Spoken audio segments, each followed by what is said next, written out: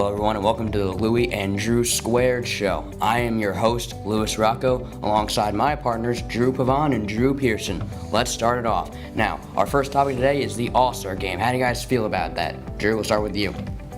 Terrible idea. MLB All-Star Game, not even worth it. They got rid of the whole advantage thing. I think it's great now how they're giving teams the best record to do it now. I think it's a great idea, and just scratch it now overall, because now you're going to see players starting to get injured. Like yesterday, went to the 10th inning. Of course, that's what happens, but at some point you're going to run out of players, and then it's going to end up a tie like it did in the past.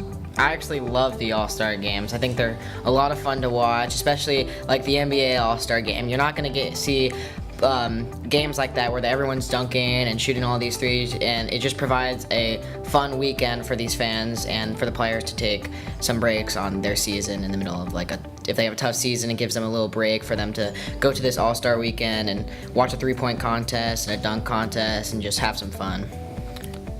Alright, solid points, guys. So let's move on to our second topic, and it's one that, I both know you guys have strong opinions on.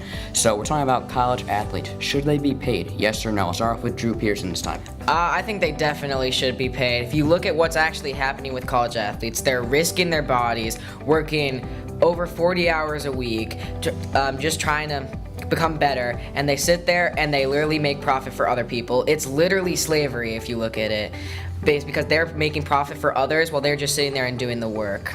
No way, some of these college athletes are getting a full education. Food's free, books free, whole education's free, and you're playing the sport you love to get a possession of close to $1 million a year. Even though if you don't make it, I see what your point is, you getting injured, but you still come out with a great education in the end. College athletes should not be paid overall.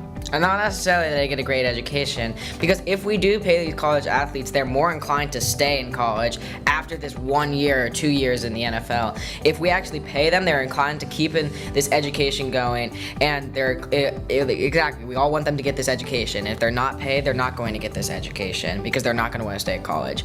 Also, last year or a few years ago, there was this D1, low-tier D1 player who was so dirt poor that when he couldn't even afford a plane ticket to go to college. So they paid for his ticket, and then his mother died. And his coach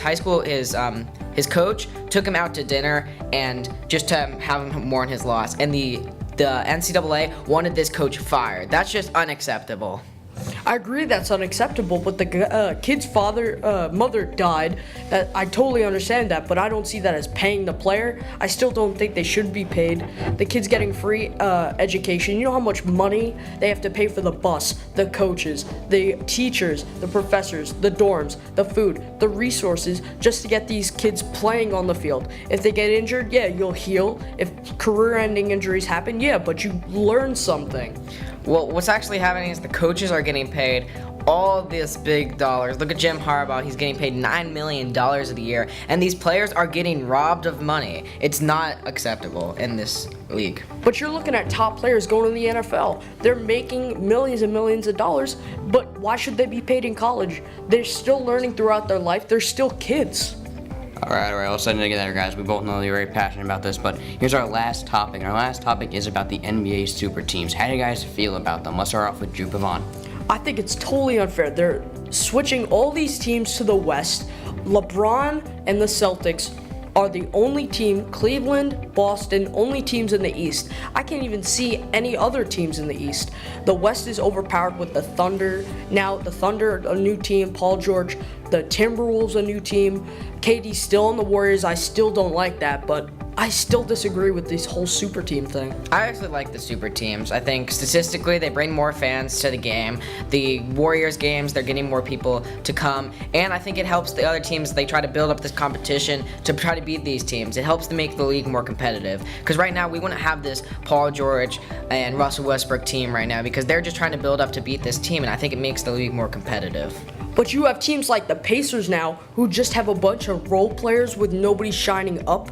I don't agree with this at all.